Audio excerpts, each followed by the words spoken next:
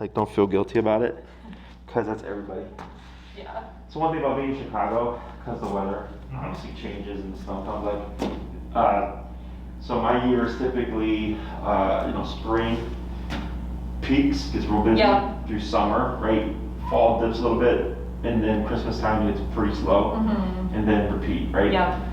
Then I also get like an influx of people who train during the nicer weather, and they're like, hey Jesse, you got kind of lazy over the winter time, my dog's obedience not as good, or behavior regress, blah, blah, blah. Yeah. And it's almost always just in the winter, yeah, exactly. So that's what we're finding. Yeah. But she's been doing really good with the place. Okay. Because we've been using it a lot, like on days she's at daycare and we don't necessarily have as much time during the day to work on it, like while we're eating dinner, kind of like what we talked about is like doing place while we're either cooking or through the eating process, and she's been doing really well with that. Yeah, so they're still incorporating her. I don't think she's done duration work quite yet. I have to check on my staff. For daycare? For daycare, okay, right? Yeah. I know I think she just did treadmill. Yep, yesterday, yeah. The video we loved. Yeah, so she's slowly just going to be exposed to the other stuff. Yeah. But she'll be getting, she'll get a part of that that process as well. Yeah. And I mean, she's quiet as can be when she's here. That's so funny. Yeah. Because that's one thing we noticed with doing place, like when we did it here, and remember she like was kind of making some groans and just kind of like expressing herself, not angry or anything. She does that at home when she's just kind of like, Oh, sure. like doesn't feel like being there. She's doing it, but she's. Yeah, well, while we're eating, she before always liked to be by us, so we pretty much done her every single time while we're eating. Good. And she's expressed displeasure, but she's done a fantastic job. Maybe only one time she tried to sneak off, but she's catching on really quick. And then when I'm working, it's a noticeable difference in how calm she is during the day, especially when she's holding. And then when I take her out on walks, we've obviously needed to turn up everything. I took her out for like a 20-minute walk about 2 hours ago, and it was probably the best snow walk that we've had. Oh, sure. As far as like when the first initial dump happened, all bets were off. Her behavior was kind of spastic. Yeah, it was just very spastic, and she wasn't really catching on. But this is the first time today where when I've taken her out for many walks before in the snow, that she's felt more normal and attentive to me. So I think she's catching on, but we just need more repetition. And then like we took her out for a recall drill, and in terms of crossing Milwaukee, she was pretty just all over the place, just with all the action. Yeah. But I think she's definitely starting to settle in or get used to the impulses that the snow brings. Gotcha. So a little bit anyways. Yeah. So I think we just need to continue to, when we take her out and get her in heel, to turn it up, probably get used to. Yeah, so what you would do is like, let's say you notice your number went from like 30 to 55 in the snow, right? Yeah. Is instead of going 30 to 55 during the walk, you just jump out at 55. Yeah. Right, and then once the weather dips, come the springtime or whatever, and snow melts away, and you notice 55 is too much power, then you would dip. Yeah. Right, and then so that's why I never get married to a number. It's like it's going to change the context, what's going on, the weather, all that stuff. And during the summertime, I'm not sure if I told you guys, but a lot of times the numbers go up pretty high because of the heat. Yeah. It'll override the body's like just the body heat itself will override the e-collar. Okay. So like, one of the first dogs I ever trained was a golden retriever, and we were like almost maxed out. And really? He was just like, yeah, he was just like not carrying, and his number was like around 20, and I remember being up, almost maxed out on something. And he was responding like it was 20. He wasn't yipping, he wasn't yelping, and he was just like barely, and I was like, it was so hot. So we stopped, we rested for like 10 to 15 minutes, let him cool off. And then I forgot to turn it down. So then when we started, then he felt 100, right? So then, so come the summertime, if your number goes pretty up there, not out the ordinary, but if you stop to give her a rest, to cool off, you're gonna want to dip back down, but then almost likely to go back up again as you walk with her. Yeah, she was being responsive at like low 40s after we were getting into the walk a little bit. I think should start her up a little higher. Yeah. So we'll keep an eye on that. Anything else? She's done a better job at waiting before we go. Oh yeah, that's something we started trying to work on again. We've fallen off the wagon, but I think Bree was actually taking her out to like come to the car when I was picking up from daycare, and she was trying to get her to wait at the door until she walked out, not her making the decision. And we were kind of doing that already with how reactive she was, because we had to like look and see if anybody was coming. So now we're making a much more conscious effort of, we're facing her, like sitting, us stepping through the threshold, and then like having the chance to look, and then giving her the okay to cross any threshold. So not all the time is it like with the e-collar. I'm kind of giving her more like verbal stuff that we would use when we were doing the positive reinforcement of like wait and then for my like correction, because we don't always put the e-collar on for just going out to pee. Correct. But we have been working on that, and she's responsive. So if we layer in the e-collar for the corrections. Yeah, which we covered today, correct? No. No. Did we not? Okay.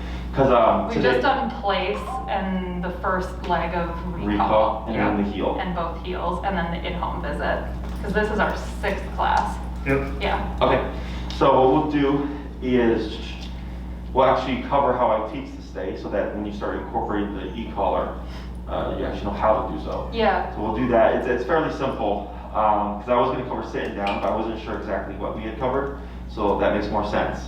And then this way, like the second leg of the recall is like not super important. We can add that in we can whenever. push that out, whatever. Yeah. So that's what, like earlier I had a client that just started her first class last week, and she's got a little dachshund. Yeah. And I'm like, we will do second class of heel today. Yeah. And I was like, you're not going to be walking much in the snow, so Yeah. let's not bother with that. Let's And do even the something recall. Like, correct. people Yeah. diving through feet of snow. So I'm gonna go ahead, I'm gonna grab this place mat here.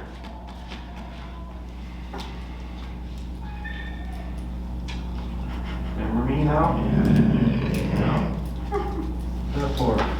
But she didn't start to grumble until I talked. Yeah. And that's normal. Yeah. I've had a couple things this week where something happened. Actually, the client I had this morning, the dachshund, because he becomes defensive with her. Where if she picks him up, he'll go shut up. You know, he'll become aggressive.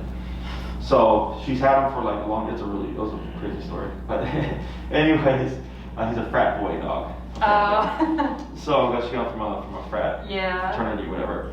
But today was her second class, and during the week she hadn't seen any real aggression from him towards her in a couple of years. Yeah. So just because they started e-collar, I had told her, and I was like, hey, like, this might bring up something because now we're adding in pressure. Yeah. So of course she got like concerned because it had happened. And the first thing I asked was, were you using a very high-pitched voice or energy when you picked them, when you were doing your thing? Not pick them up when you were putting your equipment on. And then she's like, oh yeah, it was. Like I can always tell when someone tells me something. I'm like, were you doing this? And they're like, yes, I was. I was like, actually, the high energy that caused that to happen. Okay, because what people think is happy is excitement. Okay, it's not happy. And excitement very easily just rolls into aggression, nervousness, fear, or anxiety. Yep. So that's why we always try to push for passiveness, because it takes more for them to go to that degree. Right. Right. So like here, I crouched down, she came over, right, and then the moment I started talking, she started to grumble. Yeah. Because I added energy to the situation. Yeah. Okay. That sounds about right for her, because even, before we started training, it'd be like she'd meet somebody and you can tell she was like excited and wiggly, and then as soon as they like started pulling away from the situation or like something changed, all of that, like that happy or excitement that was for a second, like you said, like rolled into it very quickly of like, wait, what did you just do? Yeah. So, did I ever tell you, dog's name is Louie, nervous dog, okay? And very similar, they were walking their dog, they saw a group of their friends who, they were outside because it was very territorial inside. And they were like, oh, hi, right? And everybody was petting him, he was loving it, he was walking into the group and everything like that. And all of a sudden he jumped up and snapped at someone, okay? And to them it seemed unpredictable. And I was like, was everybody bending over him? And they said, yeah. And I go, that's why it happened. I go, because what happens is, it starts off kind of like a real quick honeymoon phase. Oh, attention, I love this, right? The dog's really excited, but eventually the honeymoon phase starts to go away. Yeah, so then the dog starts to settle, and all of a sudden the brain starts to calm down and it realizes, holy crap, everybody's leaning over me. And then the reaction happens. Because they had another time when the dog snapped at the wife's sister, who he loves, and they'd never seen any tension between her and him. Yeah. And then I was like, explain everything, and they were saying that the dog was on the ottoman while she was petting him. And I said that she happened to be face to face with your dog while she was petting him, using a high pitched energy. And then they were like, yeah, she was. I said, it's the same thing. It's honeymoon phase, right? And all of a sudden, the brain starts to calm down, and then it registers, holy crap, we're really close. Back off. Yeah. You know? So all that stuff is normal. So if you ever, that's why like coming in, I always let the dog come in, and then when you see me pet, you'll see me pet very just like subtly. I don't ever add more. Right? Because I have a Roddy nervous dog as well, puppy, and the first consultation, like he was, right? And then on the second class, he came up to me and sat on my legs and was like, let me touch him, like no problem, right? And he just loves me now. But I don't put a lot of pressure on him. And the owner was amazed, like, holy crap, he went from not liking you, like, you know, to like, just, she's like, you did nothing with him. I'm like, I did do something, I ignored him. And I let him come to me on his own terms, but also when I was giving him attention, it was respectful. Because I understand he's nervous energy. Right, so that's something to keep in mind as well. Because remember, we can't make her unnervous. We can help guide her through the nervousness or learn how to handle that nervousness better or in a healthier fashion. Right, but that's just who she is. So then, like, if someone starts coming like, oh my God, your dog is so beautiful, and you're like, hold up with that energy now. Right, because your job is also to advocate for her. Right. So I have very high expectations for all my dogs in terms of their behavior and stuff. Not acceptable that they just be reactive or whatever. But if they're minding their business, right, and behaving, and all of a sudden someone, or with their dog or themselves, are just coming in, and I know that puts them in an uncomfortable position, that they're going to be like, hey, I might have to defend myself, I cut in for them. And dogs who see this, they recognize, they may not understand what you're saying, but they recognize when you're intervening and when you're handling a situation. So my explanation for it is, if you go to a third world country, and you see like a fight break out, and you see what looks like authorities come, and then take them and handcuff them and drive away, your assumption is going to be there was some kind of disagreement. They got in a fight, obviously, and then the authorities of the country came and took them to jail. Right? You're able to deduce that even though you don't know what they were arguing about or what they were saying. Same thing for dogs, right? Dogs coming, you'll see us always get in the middle between the oncoming dog and the client's dog to body block. And that's us taking the situation over. And dogs do the same thing too. And I actually had a consultation where the lady said that her dog was coming after a dog and it was running away from it. And all of a sudden the dog stopped and turned around and barked, and her dog just stopped. Like, what the hell just happened? And I told her, yup, because the dog took confrontation and said, hey, back off, right? Don't chase me. And it stopped her dog long enough that she was able to take him and put her back on the leash. And I was like, that's exactly what we do when we have off-leash dogs coming, you know? So it's just something to keep in mind. It's not always the dog, you know, humans have to be aware and responsible for their own behavior as well. Yeah, and I think with Cashew too, we also noticed yesterday with her readjusting her energy with going to daycare all day and on the treadmill. We saw this video of her chanting and everything, and she was certainly exerted, but it's like both of us are like having long days at work. It's like very kind of droning on, and then Cashew got home, and then within 5 minutes, she was like bouncing off walls, and it was as if she was being cooped up all day, which obviously wasn't the case. But I think that's perhaps her expressing her nervous energy or something, or... So what it can be is, because we're really structured. Right? And most homes are not as structured as we are. So it can work a couple of ways. If we're on the same page, everything is just a smooth transition, right? In other cases, the dog goes, this isn't this isn't as strict as it is a daycare or something, right? And they start to rebel a little bit. That's what it felt like yesterday, definitely. And then also too, another thing in terms of balancing the energy, like kind of in the mornings too, she's bouncing off walls or tries to get our attention, but I think that's just normal puppy stuff. But outside of that too, there's like a thing with us or me, like either leaning towards Lauren or like, you know, coming in and even just like hugging her and Cashew, like she hasn't like jumped aggressively, but we at first think it's cute that she's like trying to get cute for a second, like that she'll notice that like Steve leans over, or one of us leans over to like give each other a kiss or something, and Cashew turns around and like wants to be in the middle of it, or like jump up and like push us. Yeah, so we're not sure if that's a bad sign, but we also saw like, progression. What we should do to like correct, I guess. Yeah, we also saw progression when she was in hold in place while we were eating, and I leaned over, or I was like looking at her phone or something. She saw it and started like grumbling, but not like. But she stayed in her place and stayed laid down. Yeah, but she stayed, and then she eventually turned away, like when I was doing it. So I'm not sure if she's still just like balancing her energy, or like you said, we're kind of changing the variables with like me leaning in or something, and she reacts to it. So I'm not sure if that's like another advanced thing, or eventually to like work. Sure. So when it comes to behavior, whenever Cashew does something, either something you've never seen before, or something that's familiar to you, if you don't like it, you can correct it. Yeah. Okay. And so when it comes to behavior, it's simpler because it's simply don't do that, right? So she had the collar on, give a tap on the collar, or you can do the bumper. Yeah. Right, so like let's say you're gonna go in for a hug or a kiss, whatever, and all of a sudden she's like, hey, what are you doing? Yeah. Right there you would correct. Because she shouldn't care. Yeah. Does that make sense? Yes. Like my dogs, if I get up, if my dogs are like sleeping on the bed or on the couch, and I get up from the couch to go get like a drink or something, they don't even like lift their heads. Yeah. Like we don't care what you do. Yeah. Right, because they're very independent of me, they're very indifferent. Right. And there's no possession there. Yeah. So here, that is not uncommon. Where especially when it's towards, most often when I see that with a client or a couple, the dog is targeting one particular person. Okay, so the one that they're going after and pushing away is they're guarding from the other person. Does that make sense? Yeah. So what I would do is, of course, whenever we see anything, we push those buttons. And the moment you see her, again, you do controlled contact. And the moment you see her about to do that behavior, is she possessing you? Okay, you would want to be the one that corrects.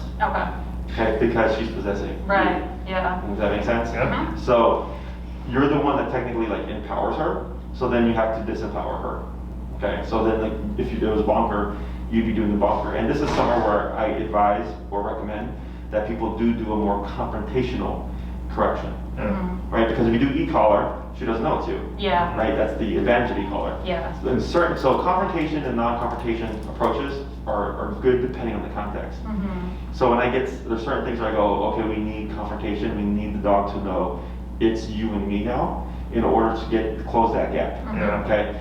When it comes to e-collar, like with the nervous dog, because she doesn't know who it's coming from, it's easier. Yeah. It's better because we don't put so much confrontation. So even though she's a nervous dog, it doesn't excuse her from being corrected in that fashion. Yeah. Does that make sense? Yeah. So fearful dogs, anxious dogs, nervous dogs, we do correct them normally, but there's certain things that we try to do in a non-confrontational manner, because that would not have the behavior. Right. Then other things, it doesn't matter nervous, fearful, anxious or not, you just don't do that. Okay? So yeah, anytime she does something that you disagree with, it's simply aversive to stop it. Obedience is your preventative control, or control to get her through a situation. You know, so like if you're walking past a lot of like construction workers, maybe that's like one of her triggers. We need control, right? A reference point for her. But if she's just like on her own time, sniffing and peeing and pooping, and like some more just come out of the corner, like you're not gonna heal, right? If she reacts, it's just don't react. Even though you're off the clock, don't react. Okay? And behavior is easier because it doesn't require us to teach a skill. It's just don't do that. Does that make sense? And I think she's with like the structure, we can tell that she's a quick learner and she wants structure, or she like yearns for it, like all dogs. Probably the only other behavioral modification is she's sort of gotten in a habit both with us and greeting us, as well as with not strangers. She was actually playing with the puppy outside when she was in break, or after she peed, and then she goes and says hi to the person and immediately starts jumping up. And I think eventually that'd be a behavior that we should perhaps work to train out of her, right? Because some strangers don't like that. Well, like you said, it's a behavior, so it's a don't do that, as opposed to us like Yes. We can control it, but like given the situation of her already like playing and like we allowed the play to happen, but then jumping on somebody. So like the play can happen, but she still can't jump. You know, so it's like kids. Like you take them to the playground, like run and scream your ass off and all that stuff, but you can't bully little kids. Yeah, exactly. There's still rules in play. So that would be, so the most common answer to jumping is teach your dog to sit. If your dog is sitting, they cannot jump, right? But in this case, she's playing. So then you can't anticipate the jump, but are you really going to tell her to sit prior to her jumping? Right. Right? When she's loose and free. Yeah. So what I would do is the moment you see her already kind of targeting the person because she's kind of redirecting that excited energy, you would tap right there. Yeah. Don't even think about it. So we don't even allow the jump to happen. Yeah. Okay, and what we should see is it just redirects her. Yeah. And she'd probably either continue playing, or if she did continue with the approach, it would be a much more subdued approach. Okay, so, and that can be done already. Like you can start doing all that stuff. So I suggest you can make a list. What's all the stuff that we do not want Cashew to do? We were just talking about that last week actually. He was like, we need to write down a list of all the things that we want to work on. I tell everybody that has stuff they need to correct, I tell them make a list of the stuff you don't want the dog to do. And that's your list of what you just correct things. Okay? And then you just devise how you're going to do it. Obviously, if you're at the park or whatever, you would use your e-collar. If it's in the home and she's becoming defensive over you when you're hugging, it would be you correcting her with the longer. You know, type of deal. Because I think Definitely work on that. once we establish that type of don't do this or draw the line, he catches on quickly, but we just need to continue to do it. Because like an example is, you know, one of us comes home and she starts jumping, we could correct that. And then like a couple weeks ago, we weren't able to do the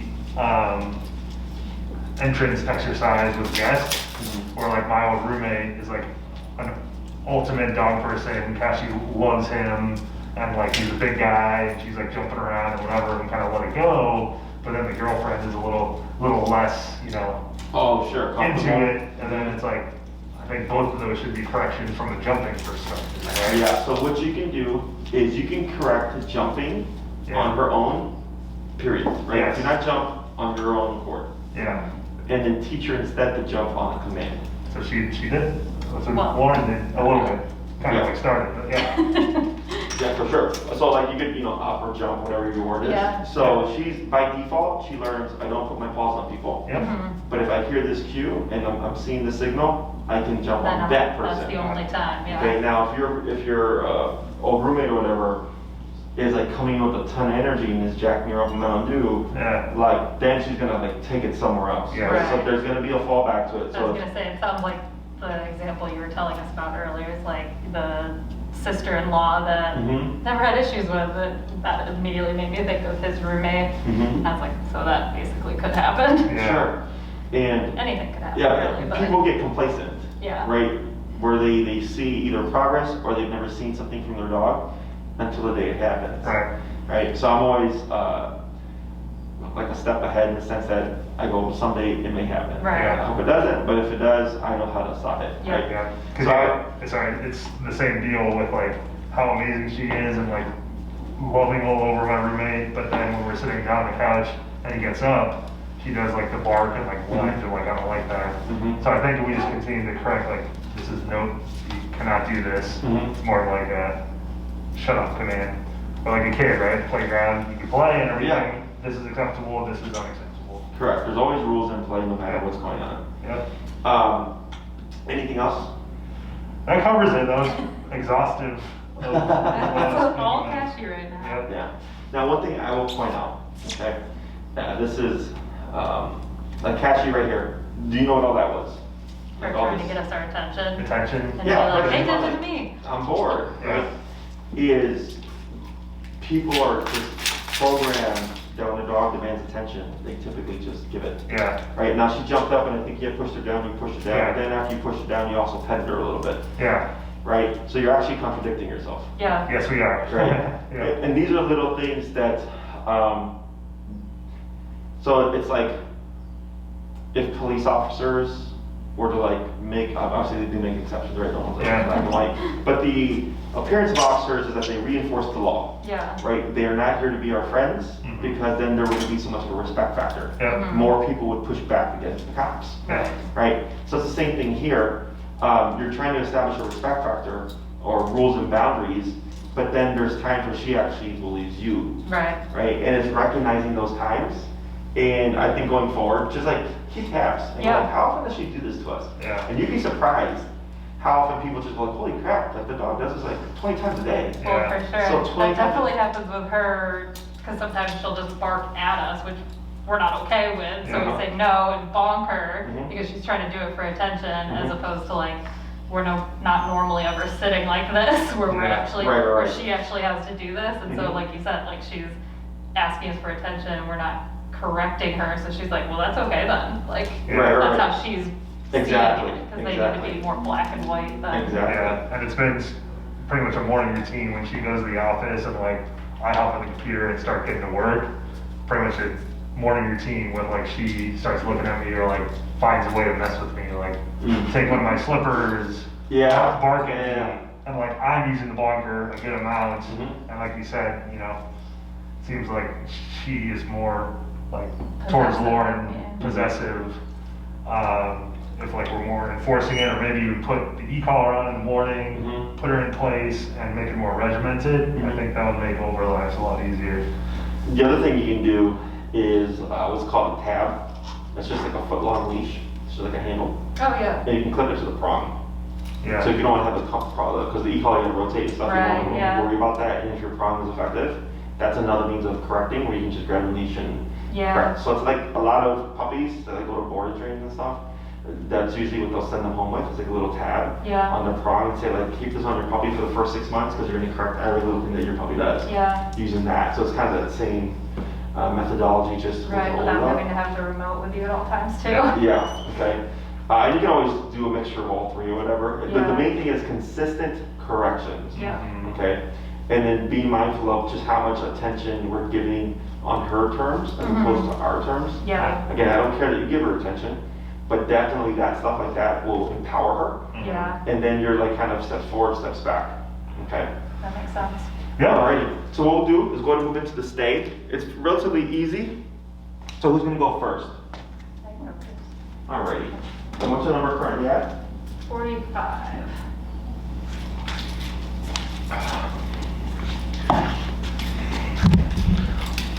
So the way I teach stay is a bit different than I think how most people relate to it.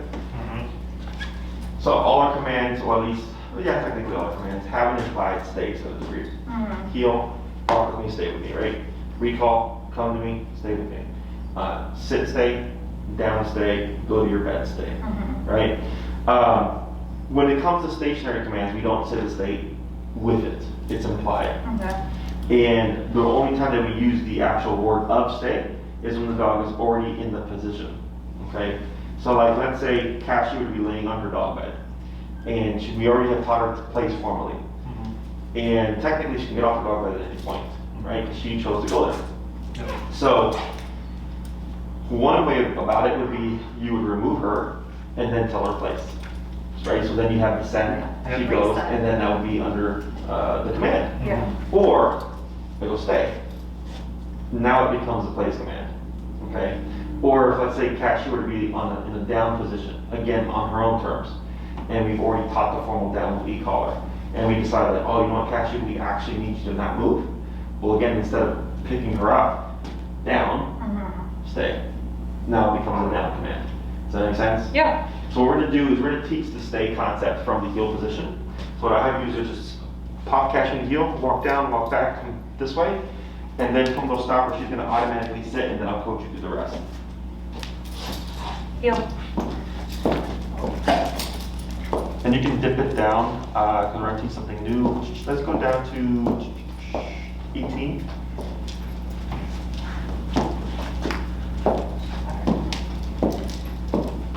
Sorry, so I'm doing what after? Yeah, okay. So you're gonna do a loop, and you're gonna come to a stop right here. Okay. Perfect, okay. Now what you're gonna do here is, since she's on your right side, you're gonna shake your right hand, right? And you're just gonna go like this, stay. Don't worry if she sees it or not. Like, let's say Cashew would be looking that way. A lot of people are like, stay, right? And she's going, stay, regardless. I just go like this, and you're gonna pivot out. You're gonna shorten your leash, and you're gonna pivot out with your left leg, because she's on your right side. Okay. With your left leg, one big swoop, and you're gonna be in front of Cashew like this. Okay. Okay, Just now, kind of above there. the leash, this, correct, yeah. and you'll shorten a little bit more. So here, we're anticipating, because for the past few weeks, when you move forward, it's been She's healed. supposed to come like Yeah. this, yeah. Correct. So we do the stay to establish that we're differentiating between what we're doing. And we step out instead of with that right leg, now we're stepping out with the left leg. Mm-hmm. And you're coming out like this in the beginning, because when you turn, it's harder for her to walk with you as opposed to if you went straight. Mhm. Right? So if you try to do the same thing but like this, she's gonna want to follow. Yeah. Okay? So by doing this in the beginning makes it easier. Okay. Now, when you're stepping out, assume that she's gonna try to follow. So if you go stay and you start to do this, and you see Cashew get up to follow you, you would pull up and tap, Okay. correct her in position, and then finish your movement, Okay. right?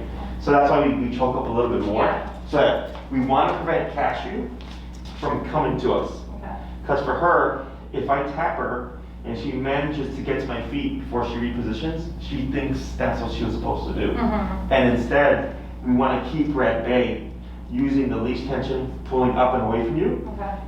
and then tap to reposition her. We don't repeat anything. Then I relax the tension. Once she's held it for a second, I come back, good girl, and then heel and repeat. Got it. Okay? So no words with this one, just the You can say stay. up, Yeah. stay. Yeah. And relax. It's okay. And then back to her side. Good. And praise. Good girl. And heel and repeat. Heel.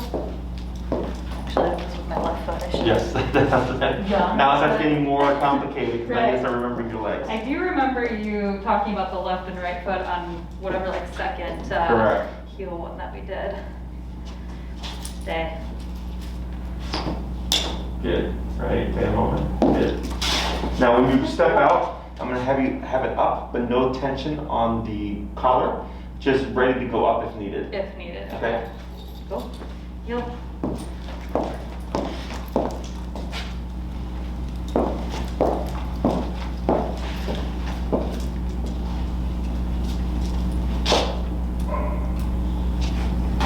Stay. Yeah, good. Then relax. Wait a moment. Back to her side. Good. Two more. Heel.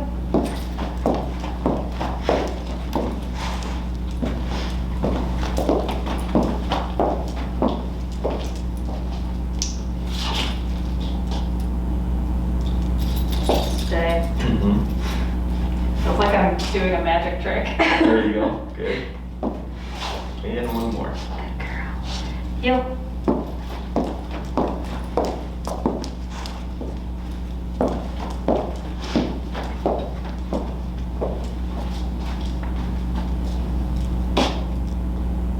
Good. Stay. Excellent. Applause right there. Good. So we're starting really simple because we have to teach our brain to go from stationary to motion commands, Mhm. right? So typically people do stay and they try to right away go into walking around.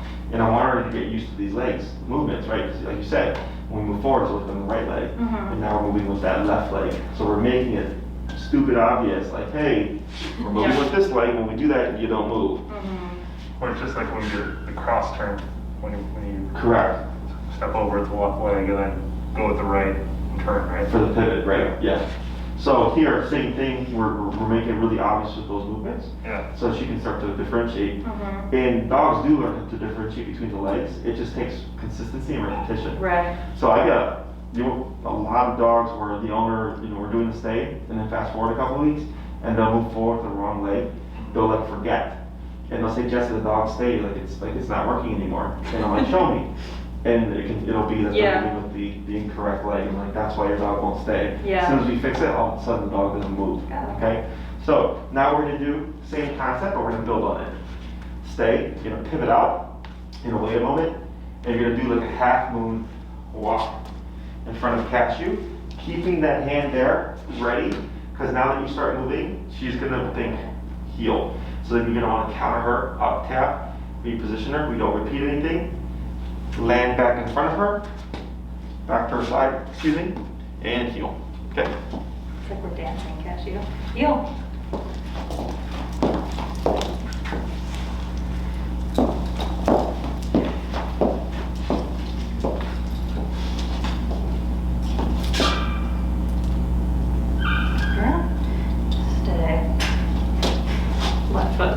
Yeah. There you go, good. And then you And said, the half moon walk around, yep. kind of like sidestep these. Yep, that's good.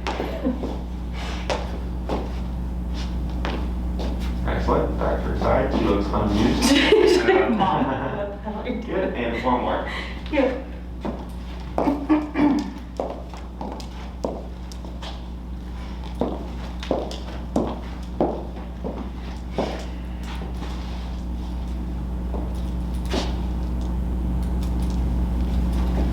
Stay. Hold it.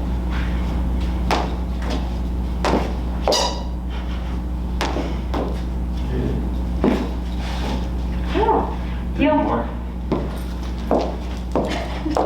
Her face is really unamused. I know, if you look at it, she's kind of like I'm done.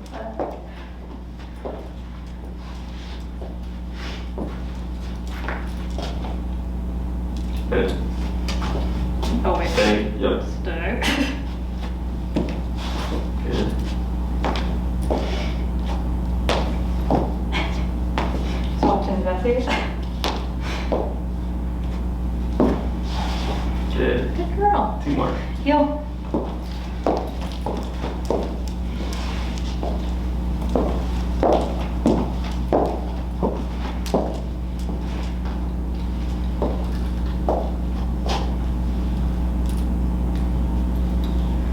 Stay.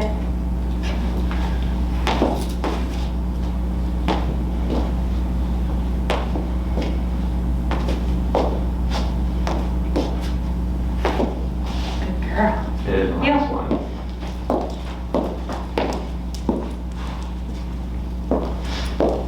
Is it by design or coincidence that we're doing it in this room today? Oh, this is easier. Easier, For yeah. smaller space, Yeah. yeah. Stay. I should get distracted with me talking. Mm-hmm. You get distracted with me talking and stuff. Very good. And then back to her side. What we're gonna do here is she's still in the stay. Mm-hmm. Okay. So your new command overrides your old command. Okay. So if you said stay and she's she's not moved whatever and you started walking, technically you would be in heel mode, but technically if you not said heel, she would not move. Mhm. Does that make sense? Yeah. Because it stays in effect. So what we're gonna do is we're gonna swap handlers here. She's still in command. So when you pass off, if she should break, we would up and tap to correct her position and then continue to pass off. So just want me to walk over and replace? or- Correct. Just- yeah. Be ready to tap her if she jumps out, as we Yep. say. Got it. Right, there you go. Is that the bar? Yes, Scofflaw? I feel like I saw someone else with a scarf, just like in this past week too. I think I wore my sweatshirt Oh, last yeah, week. We have the same okay. one. Yeah, we both get the same Yeah. one. It's for fundraising. They did like a limited. It's like a sweatshirt. custom ink where like Yeah. if you buy a sweatshirt, like they pay for the cost of it and then like whatever revenue or margin Sure. goes to the bar. Oh, that's cool. Yeah. Yeah, so I was Yeah. like, we should just buy some. I went there once like 3 or 4 years ago. I remember the place, Yeah. but I saw it and then I saw you wearing it. Yep. Yeah, I saw it recently. Oh, And these are both our newest, freshest sweatshirts. Yeah. Most comfortable ones. Yes, exactly. Yeah. So what we're gonna do here is we're gonna go back to step one, which is that pivot out. Okay. And then we're gonna start progressing to the walking around. Okay. And then when I'm pivoting, I know Lauren was doing like kind of like the pivot. Are we still kind of focusing on doing For that? the or- initial one, you mean like this? No, no. No, you're meaning like just the heel. Oh, the turn. Turn, No, you turn. can do whatever turn you like. Do the Okay. wide turn if you want. Yeah. I just Heel. like to get fancy with it. Yeah, it's tighter. It's Bible. Yeah. It's wider than the sidewalks, that's for sure right now.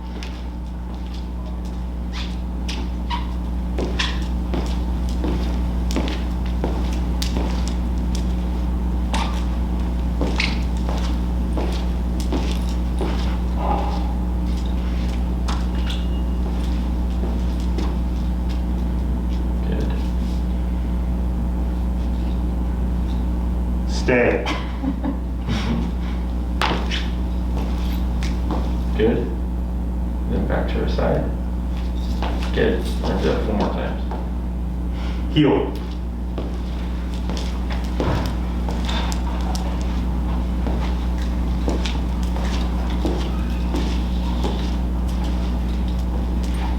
got another nervous dog that I did the consultation with, except it's like 2 times Cashew size. Oh, really? 110 pounds, Great Dane, massive things.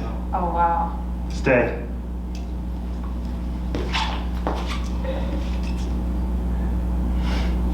Yeah, I was talking to Dina, Rory's mom. They Oh, said yeah. they're signing up for Heel. the 6 weeks.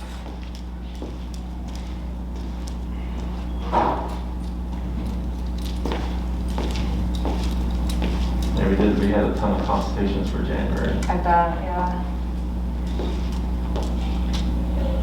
We usually average about 20 requests, and then about Stay. 10 to 15-ish will book the consultation, Mm-hmm. and then about like 70% of that will book training. This past month we had like almost every consultation form that came in booked, Heel. like actually follow through with Yeah. like, every request, and I was like, wow. That's great. Like I said, I told my friend Dina and her boyfriend all about it, and they were definitely intrigued.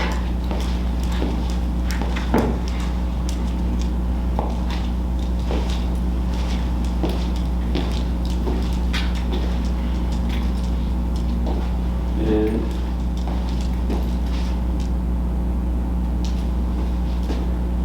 Stay.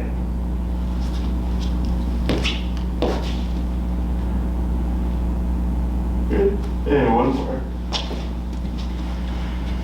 Heel.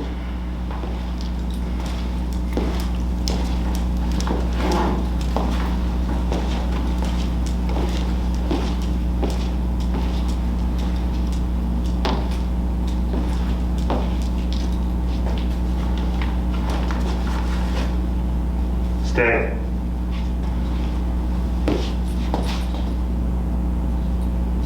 Good. And back to our side. All right, so what we're gonna do here is for the next one, you'll do the stay, you'll start with a half moon. Okay. As long as she stays put, then you just go into a full moon. Right, so you're gonna go a full circle, whatever. Yeah. A full circle around her, and then you'll end up again in front of her, Okay. and then step back to her side, okay? Now, once we start to move behind the dog, Yeah. that tends to be hardest, because if they're watching you, they wanna keep their eye on you, so they end up standing Yeah. up to turn.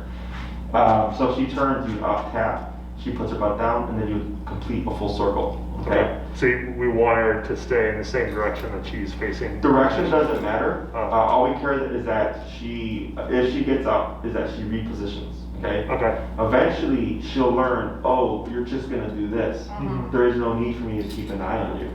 That goes away. Yeah. The other thing that we might see is if she's seated, and you start to walk around, dogs will do this. Okay? All right, So you she's see gonna keep Cashew her right butt on now. the ground, right? But they're gonna swivel. If they swivel, we don't correct it. That's fine. Okay, Okay. because it's gonna go away. Once she understands that you're just gonna walk around her, they go, oh, okay, there's no need, again, keep an eye on you, so they'll stop swiveling. But as long Okay? as she's in a seated position, it's fine. Correct, so as long as she doesn't lay down or stand up, we don't need to do anything. Okay. And you want me to sidestep facing her with the half moon, right? Yeah, you'll start with the half moon. If that goes no problem, Yeah. then you'll just move right into a full circle. And then when I'm behind her, do you also want me to be facing her, like sidestep around her? So in the beginning, you're gonna keep it like this, where Yes. you're looking at her. Yeah. And eventually, once we've got, we're confident that she's not gonna move, Yeah. then we start doing more organic or realistic movements. And at some point, we won't even do the pivot anymore. Okay. Or the opposite. Yeah. You would just step out like this. Okay? Okay. But in the beginning, we're making it really simple. Yep. And then we just build off of that. Mhm. Okay. Heel.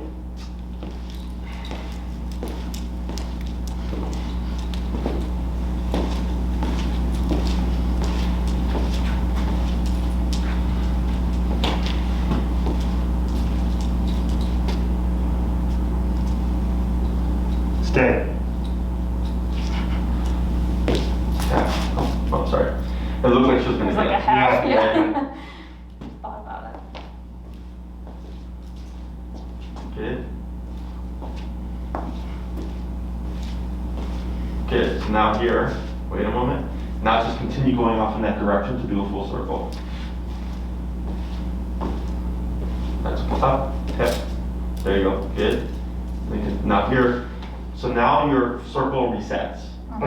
Okay, because she broke it, so what you're gonna do is you're gonna stay out, Okay. And then you're gonna walk around again to complete a full circle, then back to her side. Okay. Does that make sense? Yep. So then Steve's gonna face me once he gets back to her. Yeah. At least based on where she's at right now. Perfect. And then you step in. Perfect. And heel. Heel. Okay, we're gonna try that 4 more times.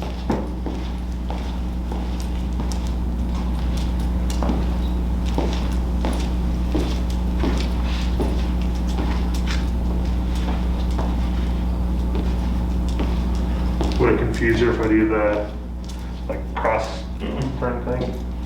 You do. Okay. You'll have to hug, I think, a little bit to the left. Yeah, give yourself space.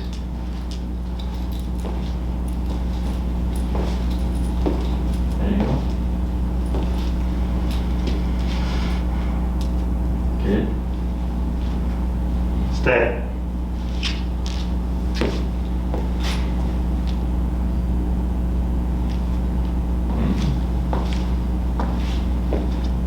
Are bars allowed to be open now?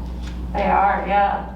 Most are open. Well, actually, I don't know. There might be like some specifics about like if you don't Oh, the serve food, food, yeah, which I think is that's so right. bizarre. Like, Yeah, I you know. would think, Should I go around again? like, I don't know. Go ahead and step in, yeah. Close interaction, but Yeah. who knows? So it's kind of like, Heel. I mean, I guess you could serve like some lunch meat or something. Be like, Yeah, I we're know. open. It's so like you can eat food, but you can't have a drink. Yeah, and you can be in a tent outside. Yes, yes. That's not it's not outside. You or can it's be not outside, inside, yeah. Uh, It's ridiculous how much those tents cost. oh yeah. I One of my imagine. clients, he's a waiter at a restaurant in Hyde Park, Stay. and they spent 10 grand on their tent. And they said that one of the neighboring restaurants spent 100 grand. I'm like, that's like a year's of rent. Like, Yeah. Jesus, like what? Well, and I'm sure they can inflate their prices right now too, like whatever tent companies, because I'm sure they're rentals. Yeah. I don't know if they buy them or not. Who knows? See that? Good, and 2 more. Heel. Well, I remember when they closed down all those small businesses, but you still go to Target, Mm-hmm. you know? And Yeah. then I remember on Christmas, we ran out of something here, so I went to Target, but like I forgot that it was Christmas. Yeah. And it was like COVID didn't even exist. Like it was just packed. There was no line outside. It was just regular Christmas, Yeah. like any other time.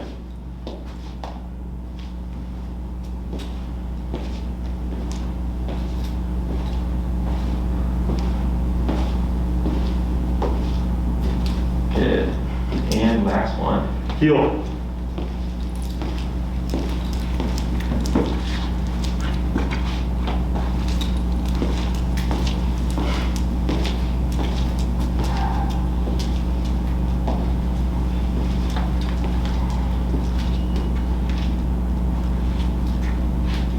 Stay.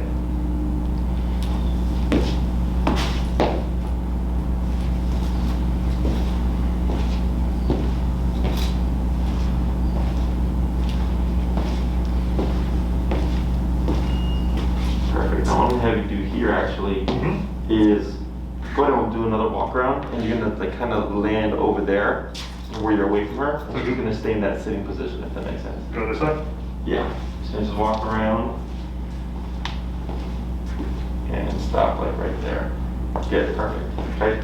So stay here to help her differentiate between we're moving to now I'm moving, you're not moving. Mhm. Okay.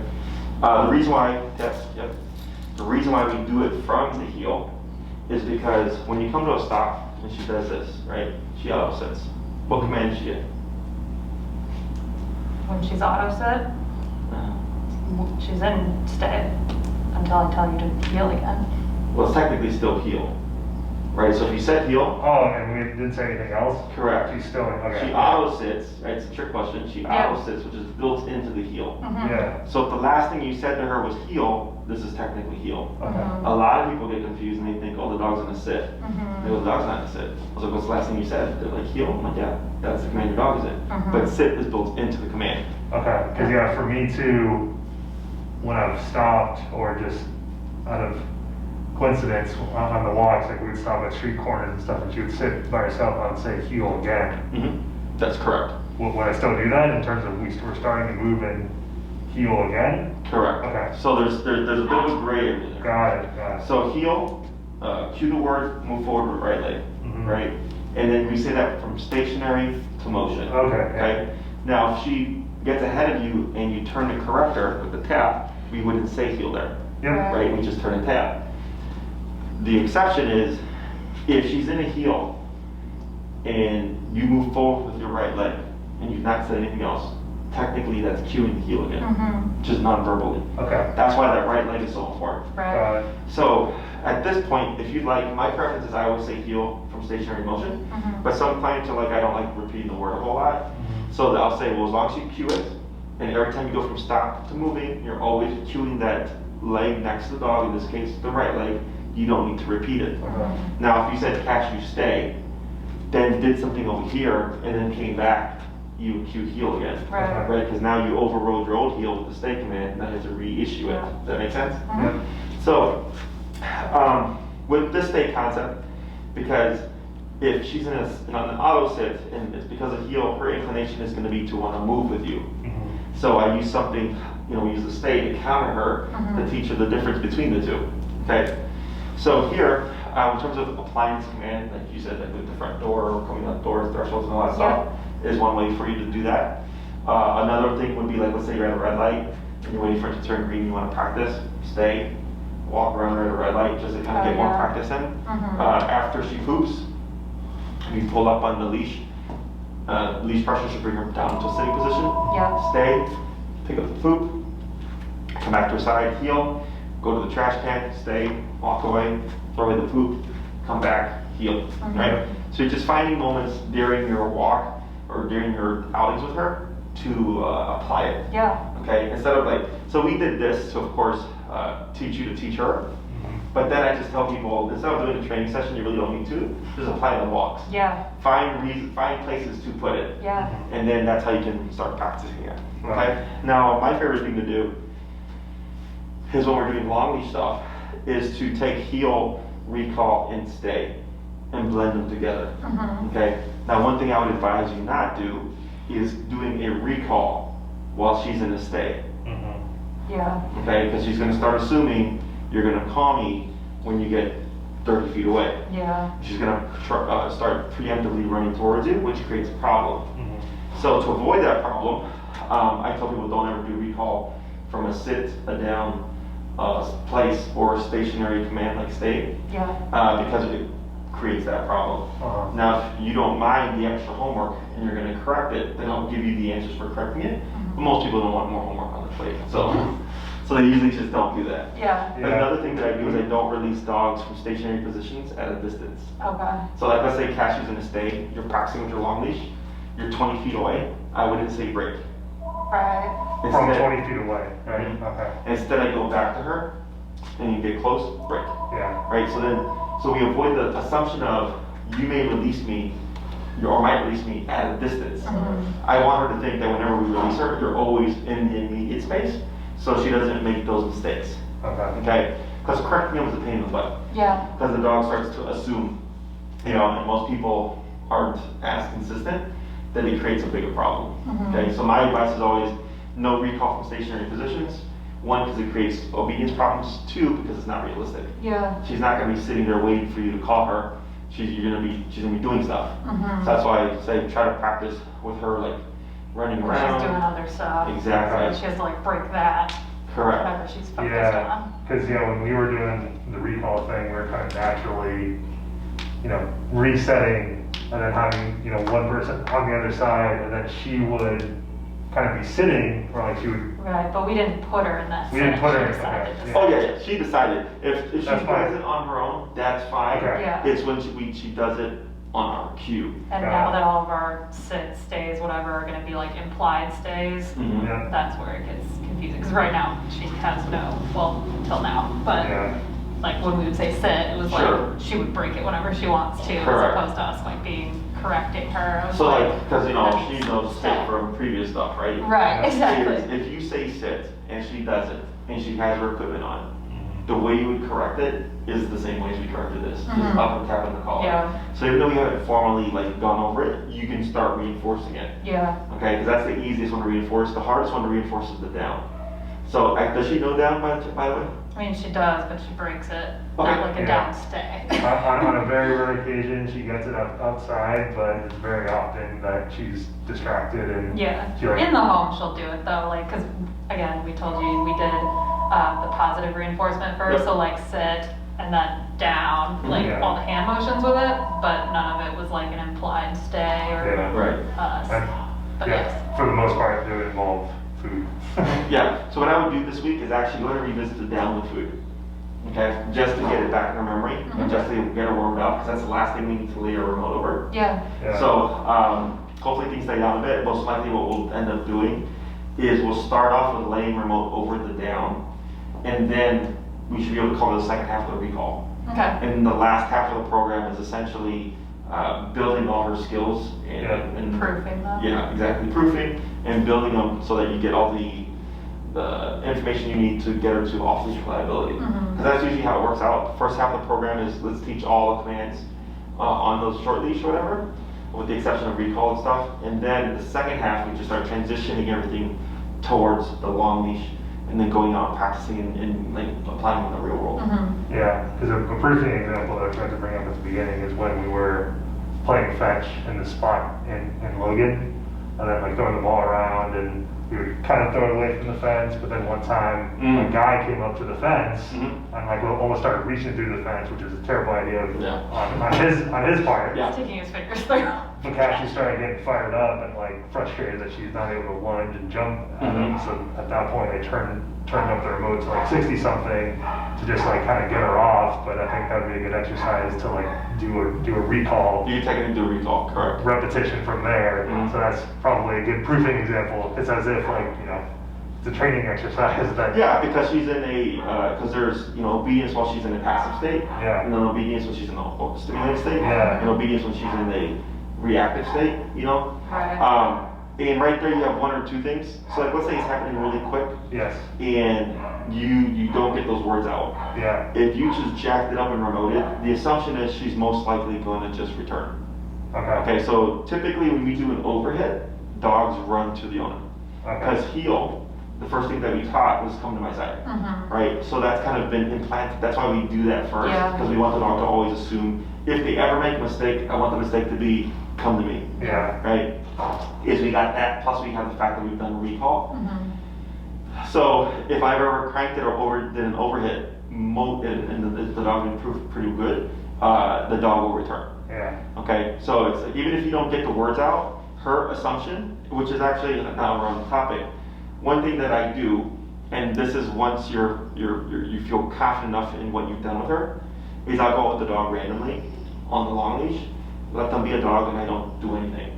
I hold on to the end and I cap out the collar, 127, and then as they're just they're not expecting anything, boom, boom, boom, 3 rapid fire taps on 127. Okay. Right? What are you going to do next? If the dog's been proofful enough, straight return.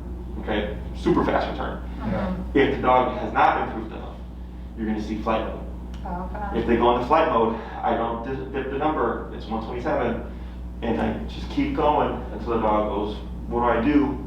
Run back to Jesse. Right. Yeah. So then we do one of two things here. One, you're testing how well do you know the command, or what's your assumption going to be? You're going to run, you're going to come, right? Mhm. If she comes to you perfect, if she doesn't, no problem. That's proofing. Mhm. Because in an emergency situation, you're most likely going to be 127. Right. So the other component to this is when there's a situation like that happening, you're freaking out. Yeah. Okay? You're also going to freak out because your numbers are going to be going up there. Your dog is also going to be freaking out because the numbers are going up there. And Mhm. she's also freaked out because something's going on. Yeah. Right? So you have a lot of panic going on. So what happens is, I told the owners, it's going to suck. You're going to feel bad. But think of it this way. One, you're learning what your dog will do if that has to happen. Mhm. Two, you're also setting a foundation. So if your dog does the wrong thing, you can then fix it. Right, and if it's a really bad situation, you know. Exactly, it's that already you've been done. tested it before. before. It's already been done. So So then that's you're our more next clear-headed Yes. in the situation because you're like, shit, we've done this. It's okay, cool. 127, boom, get back here. Okay. So and that's when you need more practice with the recall. Like we do a lot of work, and then you decide like, okay, we think she's ready. And it's not something that you have to do, but it's something I advise people. Like in an emergency situation, you're going to be in this level, Right. and it's going to suck. But you'd rather get that out in a controlled situation than gamble it in an uncontrolled situation and hope that it works. Okay. Because the main thing is always confidence in the tool. I've had people after the first class already walking their dog off leash. And I know it's like, what? And I'm the same way. I'm just like, there's more stuff we need to do, but they're so confident in their application of the tool that I know if something happens, they're gonna jump to the remote. Whereas most people, they're not ready or too confident, jump for the dog. Yeah. Yeah. Does that make sense? Yeah. Yeah. So that's all That's it really what comes they're down used to is without the confidence. the Yeah. remote. Right.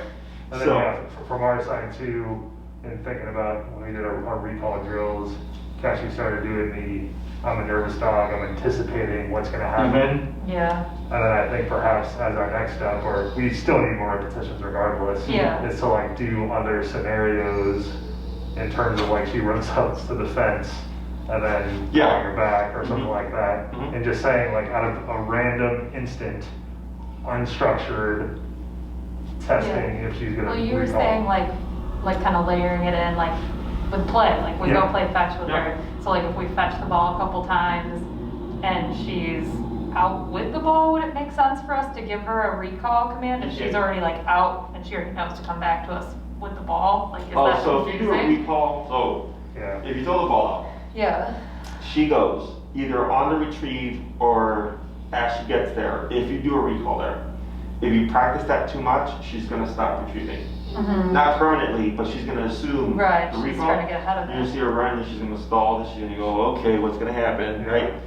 If you call her after she has the ball in her mouth, a lot of dogs will spit it out Okay.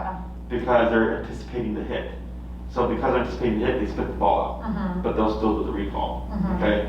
So what I would do is it's more beneficial if she's got good ball drive and she's just like beaming for it. It is a good exercise. Is I do the recall in the pursuit, and when she returns, if she's able to keep focus, resend. Does that make sense? Like resetting the ball still out there? Correct. Now go get it. Yes. So Probably you, not now with the snow because you've lost a ball or two, but. yeah. So when there's not as much snow, Yeah. that is something you can do when Okay. you throw it, right?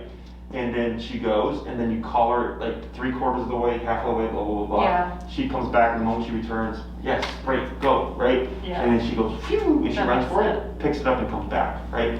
And you do that sparingly, Yeah. because then she's gonna become. Right, you don't want to do like over and over and then now she thinks that Yes. playing fetch is recall. Correct. You can also use fetch to help proof like their stays and stuff. Yeah. Right? So like let's say you have her on a long leash. I step on the long leash, giving her like 4 feet of slack. She's in a stay. Take the ball. You throw it, but no release. She's gonna assume, right? So she's either gonna get corrected by the prong or the tap. She holds back, split second. Okay, now get it. Okay. Boom, then Yeah. she goes, right? So now you're adding distraction and you're transitioning her to working for the ball. Yeah. Right? Control your emotions, Your urge. control your energy, and then I'll let you have it. When it comes to energy, she gets so jacked up and she sees the ball. Oh yeah. Yeah, Great, I great get exercise. Yeah, if you want to start doing that now, by all means go ahead. Yeah. And what we can do is once we get towards the end of the program, I can show you how to use that ball. Okay. So then what's great about dogs with ball drive is I'm all for positive stuff. Yeah. I just don't rely on it to get me reliable obedience. Yeah. But like in the winter time, when people tend to do less with their dog, right? They want to do something that's going to burn energy faster, fetch Yeah. being one of them, Yeah. is you can still do your training and have your playtime at the same time. Yeah. So you're doing two things at once. Yeah. That's She kind of what we watched a were video trying like to that. do, yeah. Yeah, and that should also be your tagline in terms of, like you said, you don't have a problem with positive, reinforcement, positive, but you don't rely on it. Correct. And that's where we were before, is we relied on it and we were failing, so. Sure, it falls short. Yeah. It's a great tool. Yeah, And the other thing is that it's too much stuff for the average dog owner, right? And like who was it earlier? I had a client who was yesterday, and they were doing just positive reinforcement, and it wasn't working. But also, the trainers kept stressing about timing and like the clicking on time, all that stuff, and the feeding on time. Yeah. And it makes it so complex. And timing actually isn't that big of a problem as long as you catch it within the act, and you're not like 5 minutes after the dog has done something. Right. Right. Yeah. As long as you're within that, few seconds, like you're pretty good. Yeah. So you have a bigger gray area here. And then adding in positive is much easier. So like today I had a client, the dachshund one, and she has to do positive reinforcement because we have to work on the dog's behavior with being picked up. So we have to correct it, but then we're also going to have the positive to balance it out. Before, all she was doing was positive, and the dog kept flipping out. I said, because no one said you can't flip out. Yeah. So the whole purpose of the spiel was, of course, to test that today. Great. So she was whimpering. I know. She just tried to sneak it off. So stuff like this, and sit is the one command that I actually don't do long-term duration, because dogs tend to get uncomfortable and lay down. Yeah. Because of I thought she was about to lay down too. Yeah. And in that case, that's okay as well. No, you would correct that. So logically, it's okay, because she's not doing it to be disobedient. She's doing it because she's like, hey, if we're gonna be here for a while, she's Uncomfortable, yeah. But it becomes gray area. Yeah. So she thinks, well, he said this, but I was able to do this, and there's no consequence. So then I can be reactive. Right. Yeah. Right, like the smaller infractions lead to bigger infractions. Yeah. Okay, so it's across the board. Yeah. Give them an inch, they'll take a mile. That's Yep. exactly That's dogs, okay? And I think right now she's just being restless because she's so used to moving or so used to checking things out. Yes, That this is becoming mentally taxing for her. yes. So this is like twice command, Yeah. right? Like she was last week in Yeah, and even just earlier when we were talking first, and she was getting restless, like, come on, guys, like it's like a kid. What are right? we doing? Come on, right? She wanted to be in the big room and hearing things and doing stuff. Yeah, But this is mentally taxing for her just being in this room. correct. So little things like that, as you learn more with your obedience, it's just taking those moments of like, oh, you know what, we're gonna stop and wait for coffee or something. Well, I'm gonna put you in a state right here, give a little bit of distance or whatever while we wait for that. And I'm gonna just push your. That's another scenario. Yeah, she's got nothing. We Yeah. used to try and do that, and she would freak out because Yeah. one of us was leaving, and she'd does she bark still and do go that? crazy. I mean, we haven't gone to go get coffee, because we've always been trying to do like heel. 'Cause remember we talked, we were like, she's gonna get confused of like who she should heel with. I guess that's something that eventually too, like, how should we handle that? Like, should I, like, Correct. if Steve's going with the leash, should I stay to his left and Cashew should be on the right, or should I be behind him? So the hardest part is when there's a person in the front. Yeah. Okay, is the dog always wants to be at the front of the pack. So if you need to go point A to point B, okay, and it's not time to train. Easiest if Cashew is in, I believe, the middle for most cases. Okay. Okay, that she's got both you on, she has one of you on either side. Dogs, if I'm remembering this correctly, do just fine.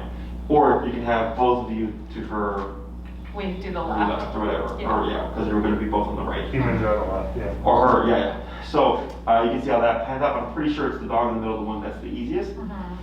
So then when you're ready to challenge the heel, what we do is we actually give slack, okay? And she's in the heel. And then either one of you goes in the front. Now here, when she passes, we would typically turn, tap, tap, tap on the hip. I do this differently, okay?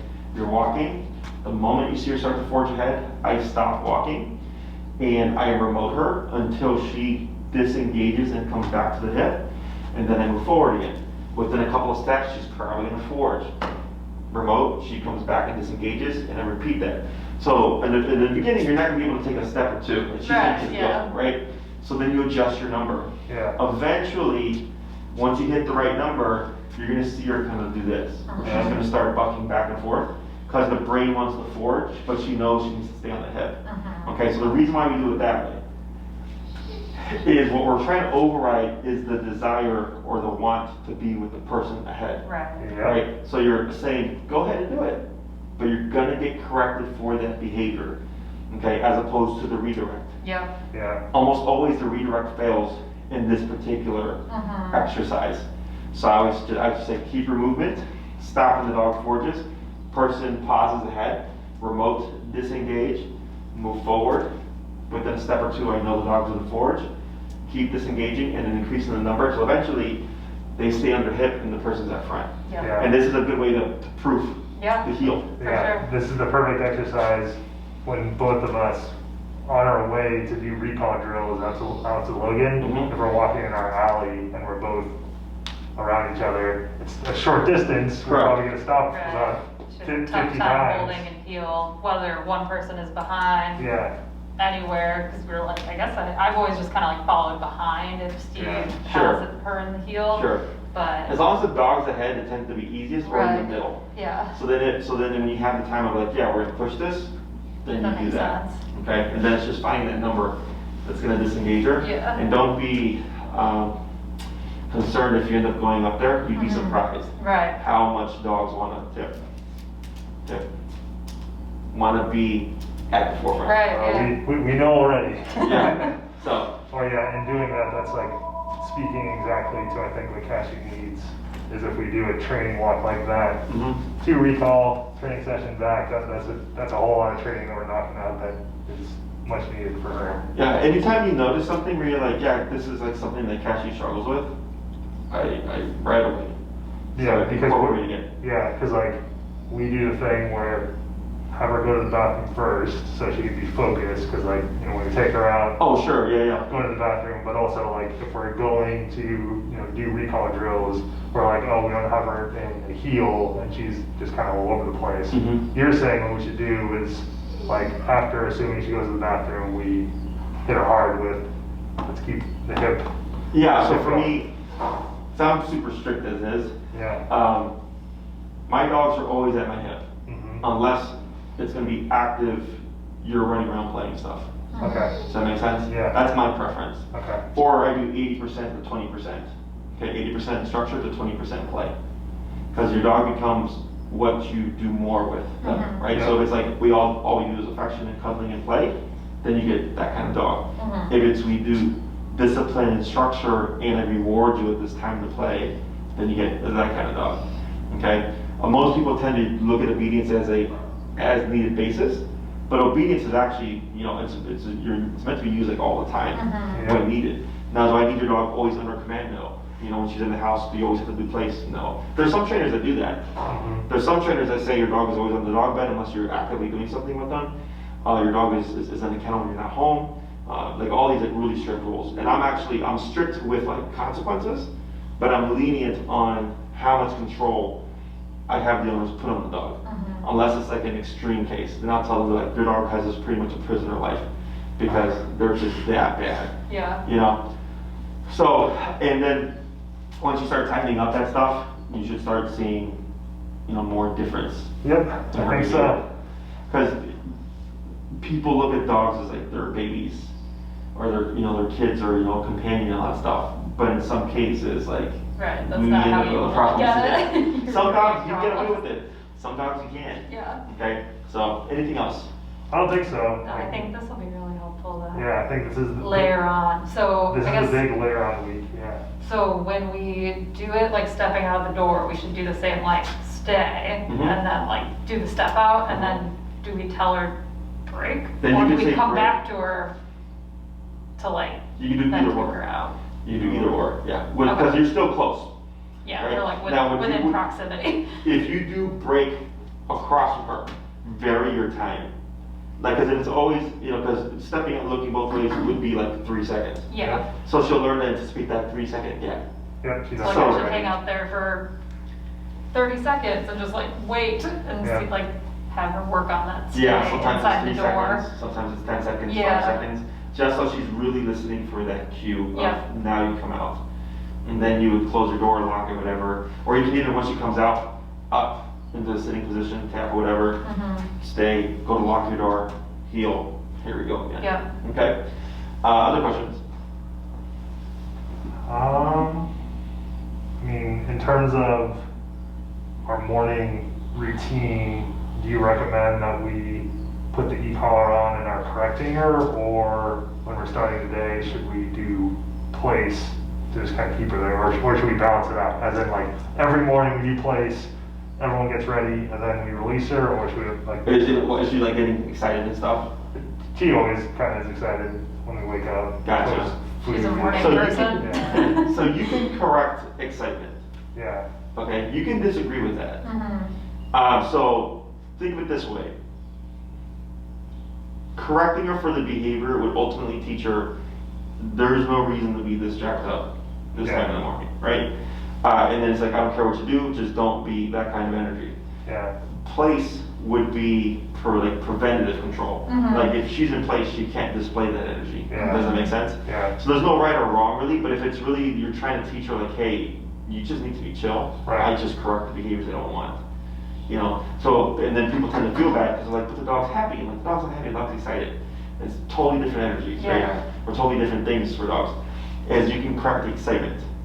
And then to teach her just, when we get up in the morning, you're just calm, just be chill. Like, just, and what you'll see is she'll then default to resting state behaviors like laying down or laying on her dog bed. Yeah. And then the same question applies with yesterday, you know, her coming home from daycare. Yes, yeah. Do you recommend that we instantly put her in to place or just correct her excitement to start? I would just correct her. Okay. Because at some, like, probably like within another day or two of coming here, she's going to be exposed to all the activities. Yeah. Okay. So then she'll get a balance of like duration work and all that stuff. Okay. Is, because it's like, there's no need for that. Yeah. You know what I'm saying? Like, it's like, someone gives you a kid but sugar.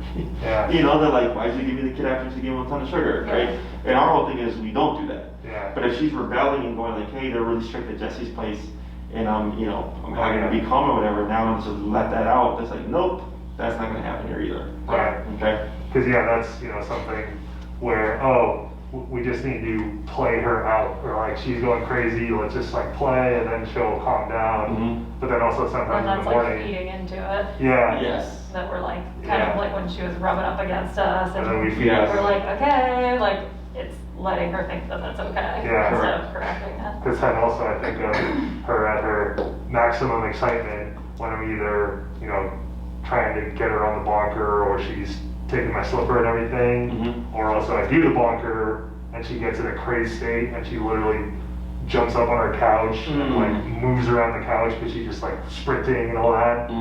That should probably be a thing that we could Yes, do you can do e-collar, you can keep bonking that. So what's happening is she's fighting back, but it's playful. Yeah. Yes. Right? So it's like me, at one point when I started to kind of outgrow spanking, I would laugh at my mom. And she was like, oh, you think this is funny now? And she just spanked me even longer. Because at some point, it, you know, like even though it didn't hurt at the beginning, at some point it just hurts. And she's like, is it funny now? I'm like, no, it's not. So it's the same thing for dogs, where they're like, you go to correct them and she's like, now it's a game, I got your attention, let's play, right?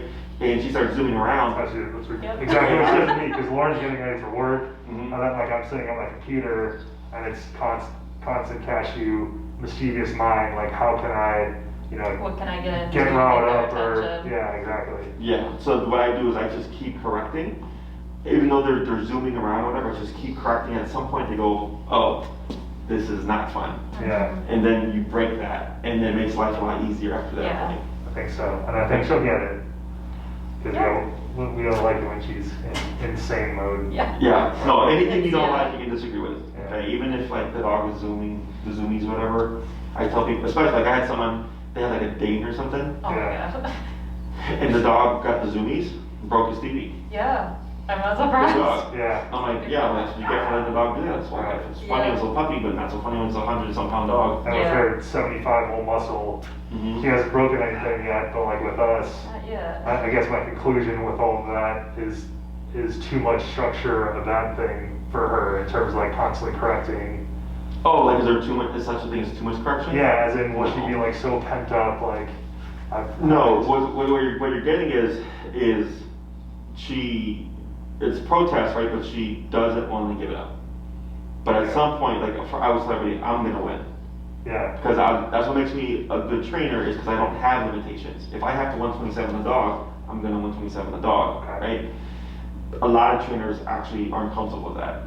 They promote a lot of like low as possible, like all this stuff making it too complicated. I'm like, dogs are simple, and those dogs just come in and go, boom, cut the crap. And I have a video actually. If you look up mother corrects its puppies, have you seen that video? No. Oh, I kind of know. I think I feel like I've talked about it maybe. I don't think. I kind of actually know what you're referencing a long time ago, or like. There was like it's like a bunch of like 2-month-old puppies, and the mom walks in and they're going crazy and yipping and barking, and she just growls and snaps at them, and they all quiet down within 30 seconds. So she just said, I don't want this energy. Yeah. You're gonna be calm. You know, so That's even what we like need to another dog can come in and say like, I don't like this kind of energy, right? Whereas most people tend to excuse puppy behavior and just what puppies do. I go, no, they do it if you allow it. Right. Right. So it shows you just like what they will create if they want it. So then for the people, it's just a matter of are we willing to correct 1,000 times, Yeah. right? And my answer is regimented as we should be. Yes, because like our previous thought process of like, oh, she just needs to get it out of her system, like she's a puppy, you know, let her be. Puppy, But that then she doesn't takes it over the top, and especially like with me, like how can I screw with Steve as much as possible while Lauren's getting ready, or while she's not paying attention. sure. And it's like it's funny. And then it's just him trying to get her in the bunker, and then I have to come out of the bathroom And to stop like her. catch her Yeah. and be like, okay. And then because she knows the bonker is bad, or she knows that that's. Oh, sure. And then remember, if you pull the bonker out and she stops, you still correct, right? Right. You still follow through, because the only way to avoid the correction is just not to do it. Yeah. Okay. But And she then, tries to avoid the correction. She doesn't stop. oh yeah, like that's all normal. So like if she's trying to avoid the correction, I don't chase the dog because then it just Right. brings into that game. I Yeah. just slowly pursue. That's what I keep She's saying. gonna burn off energy, and I know it can seem like forever, but that's where the correction. Like if I have to bonk 20 times once I catch her to like just seep it in, like, hey, cut the crap. Yeah. I'm gonna do it. Okay. Because then the next time when I go to pick up that, when I go for the bonker, she's like, nope, I'm good. Sorry, bye, I'm done. Yeah, we've just been doing When one. you see it on the way up. Oh yeah, no, you can keep. So there's a video on the internet. And they got a lot of flack. I understood why. So what happened? They had a plastic bag, and they're dealing with a Doberman that was fear aggressive, and it didn't work well because the Doberman was fear aggressive. Okay, so I wouldn't use this approach with that dog, but I understand what the trainer was doing. And the dog acted out, and she kept going pop, pop, pop, pop, pop, pop, pop with the rubber bat, right? That's just rapid fire. And eventually the dog goes, right? And then just tucks in, and finally just sits there like, holy shit. So everybody was like, oh my God, she like cracked that dog 20 times, blah, blah, blah. And I'm like, yeah, because she was trying to get the dog to finally go, crap, don't do this. Because the first one did stop the behavior, but she kept going until the dog backed off and said, oh, okay, I really don't want to do that. Yeah. Does that make sense? Yeah. So like if you watch that Gary Wilkes video, he does one super firm correction and the puppy just backs off. Yeah. But it's a puppy, right? So obviously it's gonna be more impressionable. And I think a little bit longer in the video or later in, he does it again. But you're seeing a really big gap Yeah. in that dog's behavior Yeah. because of that consistency and because it is such an impressionable puppy. Yeah. So with these older dogs, it's kind of like me, they outgrow the spanking, right? So then it's like you have to overcompensate a little bit. But once you crack that, and it's like, hey, like, this is gonna suck if you really keep pushing it. That's where things start to shift. Right, because right now she's got to break old habits Yeah. of us thinking that we're just trying to exhaust her, when Right. really it's her just like pushing the limits and being like, I can do whatever I want. Correct. If She I just mess with moved them like long enough. 10 feet walls. I know, yeah. She's been less She's like, I'm still sitting though. I'll send you that video so you can see it and just kind of get an idea of like, oh shit, like, yeah, like this dog did not want that energy and she just corrected it. Yeah. Yeah. Okay? Awesome, guys. So if anything pops up, let me know. Yeah. Otherwise, you have something to add into your repertoire. In For the next sure. class, we'll work on the second half of recall, layer in the down. Also remember to review the down with food, so that when we put e-collar over it, it'll make life a lot easier. Cool. Okay? Awesome. Yeah. And This she's weekend good, is right? supposed to be. Yeah, break. Break. Now that she's like 10 feet away.